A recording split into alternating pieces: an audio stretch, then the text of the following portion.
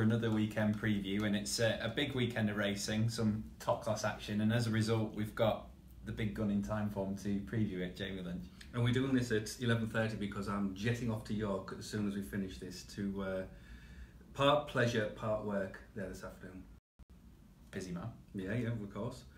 But as you said, brilliant weekends of racing, Group 1s at Newbury, good racing at Newmarket, obviously a lot of the York stuff to filter and analyse and look back on, and also across the pond we've got Justify, who's going for the second leg of the Triple Crown, so that's live on ATR tomorrow night, featuring someone who'll be down there trying to cover it.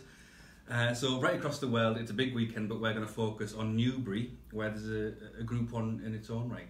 Yeah, absolutely. We'll jump into the first race, and you listed the Caravan Stakes then, the Carnarvon Stakes. Caravan Stakes. So it's a 3-year-old listed race over 6 furlongs, and there's some really promising types in here. Yeah, there's going to be some horses in here who are going to have an impact on the Commonwealth Cup, you'd think. It's the big Group 1 for 3-year-olds at Royal Ascot. We're looking at Echtidar, we're looking at Murillo, 2 horses who did really well under contrasting circumstances on the reappearance. Echtidar ran at Ascot in the Pavilion Stakes, finished second, ran really well there. Murillo was the pacemaker for Saxon Warrior in the Guineas, but he showed a lot of pace and a lot of ability that day, and it makes you think that yes, they're doing right to give him the stage to himself as a sprinter, because if it looks like a sprinter and it runs like a sprinter and it's bred to be a sprinter, it's probably a sprinter. So I think that they're seeing Murillo as a potential Group 1 horse over sprint trips for them this year, but he did his job in the Guineas. He's got the stage to himself here. One thing though, Nick, it was only a couple of weeks ago that both Echtidar and Murillo really went through the mill in terms of a hard reappearance after a long time off for the pair of them, and you just worry a little bit about that bounce factor, a horse who gives its all and has come back, has turned around quickly and is just a bit flat. The adrenaline isn't quite pumping the same way, so it's just something that's in my mind regards both Echtidar and Murillo. What will that flat out, full throttle reappearance take out the pair of them? The other runners in the race, there's one that's caught my eye here, Breathless Times, who's been really progressive on the all-weather, switches to turf, and was really unlucky not to win on all-weather finals day. Yeah, I really like Breathless Times in here, partly because I am preying upon that hope and thought that I'm not sure that Murillo and Echtidar will be quite at full power just 2 weeks after their big comebacks. On the other hand, Breathless Times has had, 7 weeks off since that big run on all-weather finals day. And I think it's wrong to just assume and see him as an all-weather horse. It just happened that when he was ready to get rolling, the all-weather was his only serviceable means. And he was really impressive all the way through the winter. Right up until that point, he was 4th in the final behind Corinthian Knight, but did really well for 4th that day, beating just half a length. And I think that when you see that form, Nick, he's not actually far behind Echtidar and Murillo. He's rated 123p on adjusted ratings. Echtidar and Murillo 125, 124, so right behind them. And there's perhaps a bit of snobbery involved in the market and thinking, well, that's all weather form, we've got proper turf group race form on the other hand. But I think that underestimates and underplays Breathless Times to some extent. And the other thing with him is that when you think about his sire, Bated Breath, he absolutely relished fast turf ground, and that's what's going to happen at Newbury tomorrow. It's going to be really fast, quick ground, as we've seen at York through this week, and I think that he might raise the bar a bit more now he's getting on a surface on which he's bred to shine. So there are various reasons which are pointing me and sending me in the direction of Breathless Times. Principally, his form isn't far behind, and there's a bit of snobbery in his price about his background, that he's only done it on all-weather. Worth mentioning as well, Shababi was progressive himself last year, but disappointed last time. And Card Sharp's another one who was a bit of a pacemaker in the Guineas, ineffective, tried at 6 this time. I mean, Card Sharp's on a retrieval mission because I think they're still trying to work out exactly what he's good at and what he needs.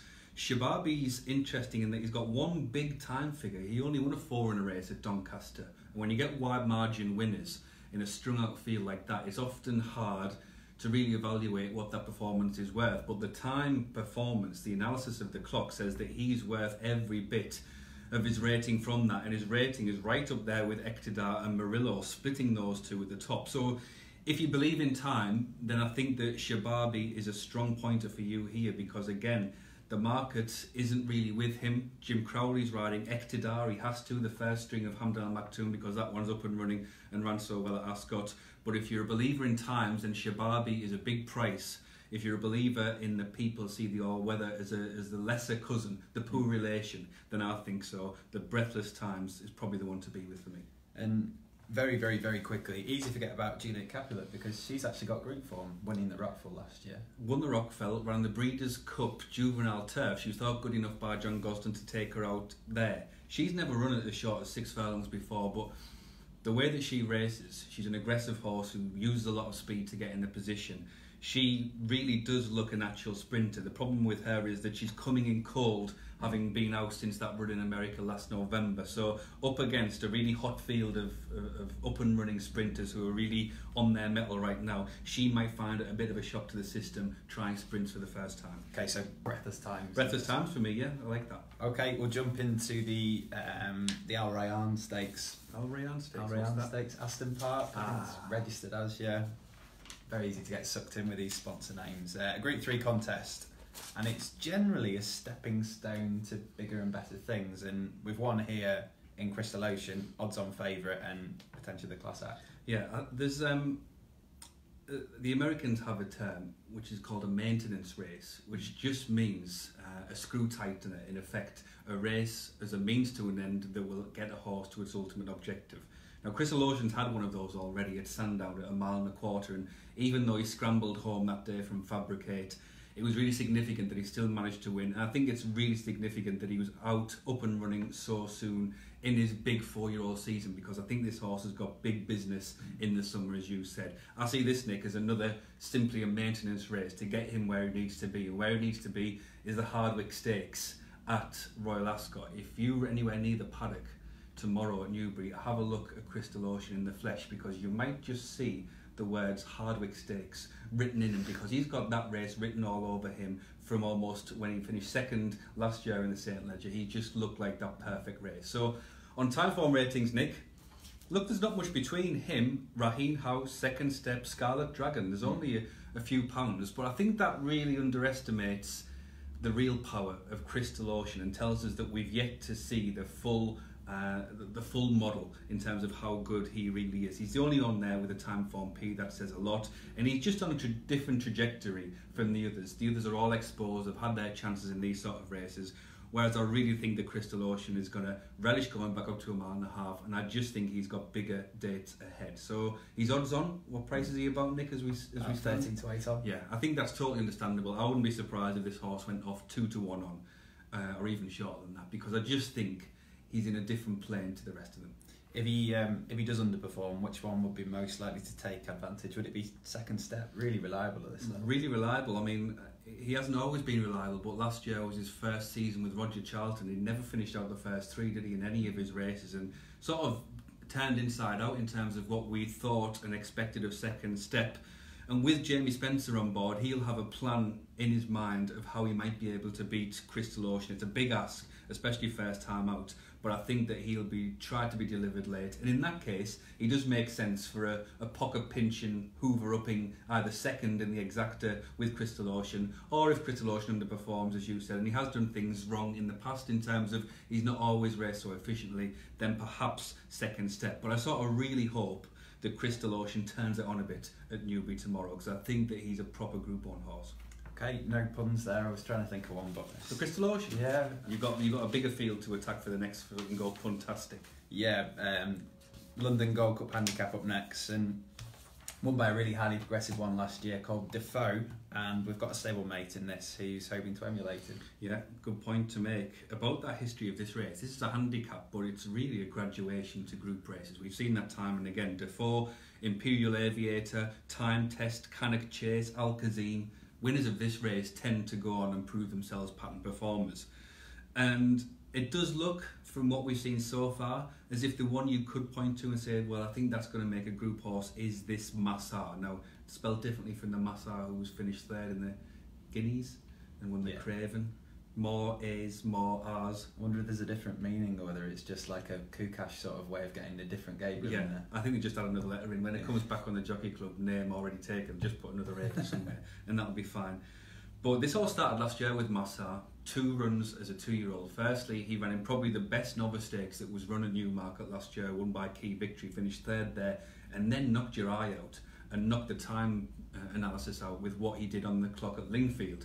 He had a bump in the road on his reappearance at Wolverhampton, but put that right at Doncaster last time when he mowed down Magnificent. And there's a few quirks with this horse, and that might just stop me short of weighing in, all in with him as favourite in this London Gold Cup, because there's a few edges still to be smoothed off. And I think that he might give Andrea Azzurri a bit of a tricky time, because he's still a flighty customer, he's still learning his trade. I think he's got the most potential, but I'm just a bit nervous about weighing in with him at 7-2 favourite or thereabouts, just because those quirks might not allow his full ability to come through just yet. Sort of looking for an improver, I suppose, in here. So what about the 7 horse? Is he amazing? Well, he's probably the most solid in the lineup. You look at the strength of his form, his comeback second, the fact he won at Newmarket, trained by the brilliant Clive Coxon, one of many still with a Timeform P. So I think that if I was doing a play spot and you wanted one horse to finish in the first 3, then He's Amazing will be the one for me, because he's up and running, he's getting better, he's proven at the trip, he's proven on the ground, and he's really hot right now. So it might be that there are 1 or 2 potential group horses like we talk about who have just got a bit more ability, pace than He's Amazing, but I'd be surprised if he was out the first 3 given the strength of his 2 runs so far this season. And there's Timeform small P's are plenty in here, but there's also a large P. There's a big one, isn't there? It's a Frankel one. It's a son of Frankel Mekong, and a family that Sir Michael Stout knows really well. And the one recurring theme with this family is that they don't show much in their first season as juveniles, and then as a 3-year-olds they grow in stature, they grow in significance, and they keep on improving. And that was exactly what happened with Mekong, who ran twice last year, didn't really trouble the judge, never really showed up well, but at Leicester on his reappearance he made the running and he fought off one after the other several horses who had a crack at him, and he looks a really big horse. He looks like a horse who will continue to improve. Issue with him is that Leicester was a small field on really soft ground. He was able to control that race under James Doyle. This is going to be a different kettle of fish in terms of fast ground, more competitive field, other front runners who are likely to take him on or go past him. So he'll be asked different questions. I think that if we were doing the Timeform Facebook Live for, say, the Doncaster St Ledger meeting, we'll be talking about Mekong graduating then to group races, because I think he might end up that good. It's going to be a slower curve for him, and this might just be a lesson in him of what it takes to get to the top. I think he is going to get there one day, but this might be a shock to the system for him. So, loads of different types in here. Where would you go if I gave you an imaginary £5 note? I think He's Amazing, yeah. I think that, the more I look at this race, there are sexy horses in there, big stables, good pedigrees, but he's the workhorse. He's the one who's already up and running, and like I said, I think as an each-way prospect, He's Amazing. They'll do well to keep him out the first 3. Okay, we'll leave it there and go into the big one of the weekend, unless you're an American racing fan. Which is a good chance to plug your feature, actually, because it's about the Phoenix this week. Well, it's about 2 things. It's about Justify taking the next step in the hop, skip and jump to the Triple Crown. 12 horses have completed that American Triple Crown before. They've never had a horse like Justify who didn't race as a 2-year-old and still managed to win the Kentucky Derby. So he's already a trend booker and a record breaker. And the big question with him is, can he hold it together for the Preakness? In theory, it's a penalty kick for him. It's a lesser race than the Kentucky Derby, but it's just what impact and effect going through the mill in the Kentucky Derby is going to have on him. The second part of the article is worth just referring to here, because it might be a little sneaky bet, anti-post bet for a few people out there. The Musadora on Thursday, Wednesday. One or the other. It was a bit of an ordinary Musadora. We knew that beforehand going in. They finished in a bit of a heat coming out, but the winner was Give and Take. And that just set my mind to a race at Sandown last month, where Give and Take finished second. And this horse was Sir Michael Stout's called Crystal Hope. Absolutely smashed her up, and High Garden up, who was in the same race and was favourite for the Musadora the other day. Now, Crystal Hope looked really good that day. She's bred to be really good from that good Evelyn de Rothschild family. And I think that, well, she's going to run in a little tucked away Oaks trial tomorrow at Newbury. It's not a televised race, it's on later on the card, 4:50 or something, but it is a listed race, and it is a listed race that Crystal Zvezda won for the same team before she went off 7-2 in the Oaks. Now, if Crystal Hope does what I think she'll do tomorrow, there might be a conversation between Sir Michael Stout and Sir Evelyn de Rothschild to say, should we parachute her into the Oaks? Because it looks a pretty open field. Latidar's at the top of the market, but there's not much else really put the hand up to say, I'm an Oaks filly from the trials we've had. And I don't think that Sir Evelyn de Rothschild is going to have to feel too far on the back of the sofa to come up with the 20 grand or whatever it costs to put her in. So she's not in most markets right now. You can request a bet, you can request a price for her, but she is a horse who by 5 o'clock tomorrow could suddenly be right in the Oaks picture. So Crystal Hope, have a read of the article on timeform.com, see for yourself, judge for yourself beforehand, but I've just got a feeling that this might be a late dramatic entry into the Oaks field. Back to the Lockinge. Back to the Lockinge, and there's a sort of really interesting feel here because you've got two different type of performers. You've got the established Group 1 performers in Rhododendron and Limato, and then you've got like the pretender to the throne in Addeybb. So we've got a 16 runner Lockinge, and part of the reason why it's such a big field, I think, is that when you think back to last year's QE2, which is the definitive race for milers at the end of the season on Champions Day, the first three from that, Nick, were Persuasive, were Ribchester, were Churchill. Now those three have all been retired to stud duty, Stallion in the case of Churchill and Ribchester, in the paddocks for the mares for Persuasive, and that means the door is wide open to the new guns coming in, and that's why there are plenty testing their mettle in this first Group 1 for older milers of the season. That's why we've got a 16 runner field. Out of the 16, we've only got 3 European Group 1 winners, so the cream might rise to the top. You mentioned Rhododendron, that's one. Who else have we got who's won a Group 1 in Limato? Limato, and Beat the Bank. I don't think Beat the Bank did. Lee Breeze won the champion sprint. It, yeah. But you mentioned the two of them there, Limato, Lebrisa Breeze, they are definitely more 6 and 7 furlong horses. I mean, they are having a dry run, a test run at a mile. Limato's had 2 goes at a mile, never convinced at the time, didn't tackle it at all last year, and I think that it's almost a fishing expedition to see if they can eventually mould Limato into a miler, because there's no Group 1 for 7 furlong horses up until France way later in the summer, so he has to come somewhere, and that's why he's here. But he is going to be vulnerable at the end of a mile, and a strongly run mile if we do get it. Same with Lebrisa Breeze, who yes stayed a mile and won at a mile in his early days, but has certainly been reinvented as a sprinter, won the champion sprint on Champions Day at Ascot last year. Rhododendron, she's only 5th in on Timeform ratings despite that filly's allowance, so she's not in any way ahead of the pack either. And she had a first run against the males when she finished 4th at Cracksman in France on her reappearance. So the picture I'm trying to paint is that of those established Group 1 horses you talked about, they've all got their fault lines regarding this specific race, and that means that an Addeybb, who was brilliant in the Lincoln and even better at Sandown in his first group foray in that mile race, he's sort of knocking at the door for Group 1s, and he's probably the hottest horse coming in here in terms of profile.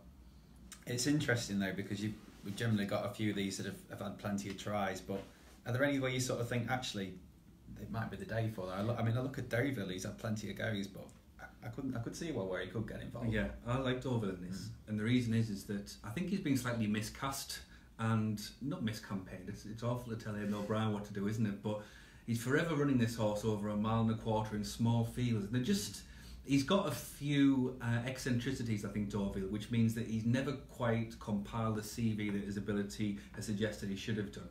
But the best race he ever ran in his life on Timeform ratings was in the Queen Anne last year when he was 3rd to Ribchester. Now, the Queen Anne is a straight mile on fast ground. It was a well-run race at Ascot, and that's exactly the playground that he's got here today. So he's never really been trained or campaigned as a miler, but it seems that Aidan O'Brien is willing to give him this big chance at winning a Group 1 in the Lockinge. Now, he's 3rd string on jockey bookings because obviously Ryan's on Rhododendron, the Group 1 winner. We've got Lancaster Bomber in there. I think Shamey Heffernan's on that one.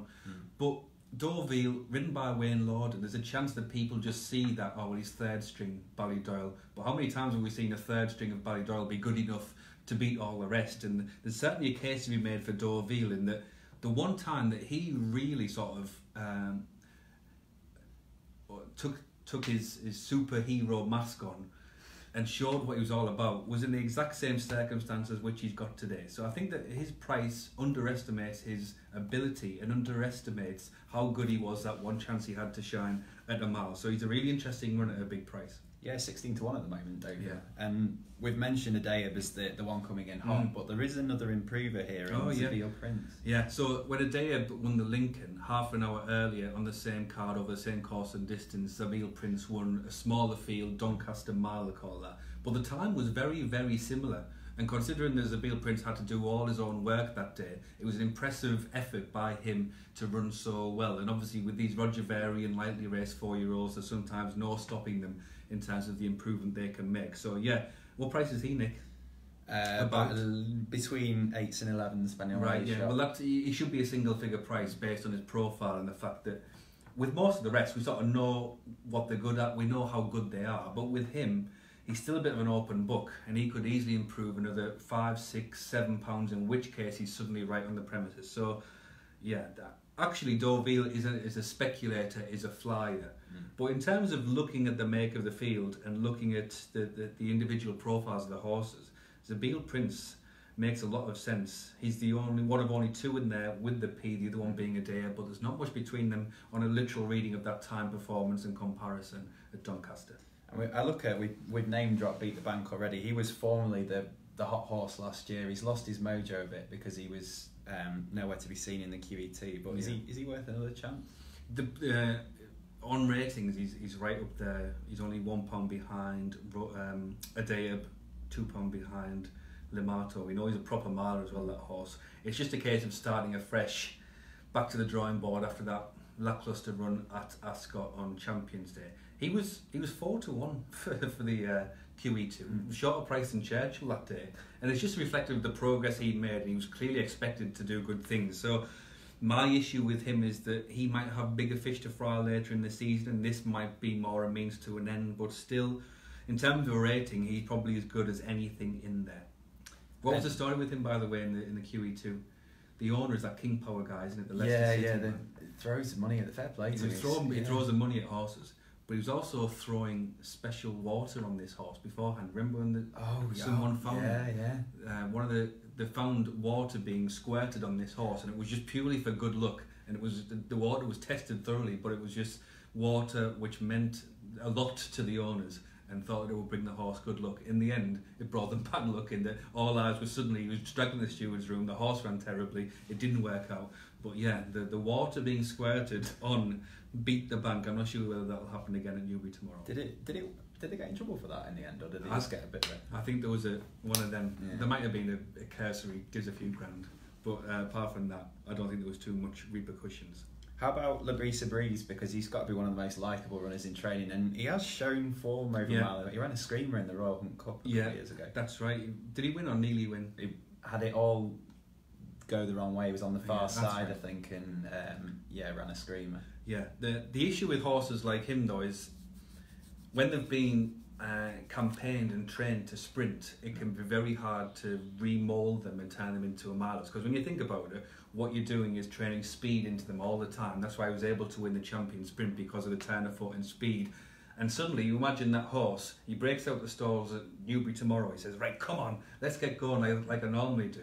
And Robert Winston said, no, not this time. I want you to wait, see if we can get the trip. So it's just the different pressures on that horse for being asked to do something very different from what he has been. I think that this is just a test run for him. I don't think he's a miler, and I think that they will revert to July Cups, Diamond Jubilees later in the summer. It reminds me of one of Aidan O'Brien's old pacemakers. I think it was Windsor Castle. Yeah. And when he got taken off his pacemaking duties and dropped down in class, he used to go off like the absolute clappers and then give up after 4 furlongs. That's my job done. That's the thing. I mean, we talk about training and conditioning horses in terms of the physical element, conditioning in terms of muscling them up, building them up, getting them super fit. But conditioning also has to do with the mind as well. And when they're conditioned to do a certain thing at a certain time, then when they're asked to do something different, it's hard for them to recompute, to reprogram. Someone once said the brain of a horse is a long way from its legs, and sometimes the two don't work in tandem. So, where would you go here in this? Well, I'm just in conversation there. I'm sort of coming around to Zabeel Prince. Just thinking, you said between 8 and 11 to 1. probably will be shorter tomorrow. I think it'd be shorter than that. Just as the more people look at this, the more I think, like us, we've had the opportunity to look at this in quite detail beforehand, that they'll see the vulnerabilities towards those higher rated horses at the top of the market. Rhododendrons against the boys over a mile. Limato, will he stay the trip? Labrisa Breeze, will he stay the trip? Addebb's got different ground to contend with from what he faced there. So the more you look at the top of the market, the more your eye sort of naturally comes down towards the other horses, and I can see other horses being backed. Deauville for one, I'm pretty sure that won't go off 16s. But Zabeel Prince is another who I think has got the right sort of profile for this specific task. And with that, we are banged on 12 o'clock. We'll let you go to York. Thank you, everyone. See you later.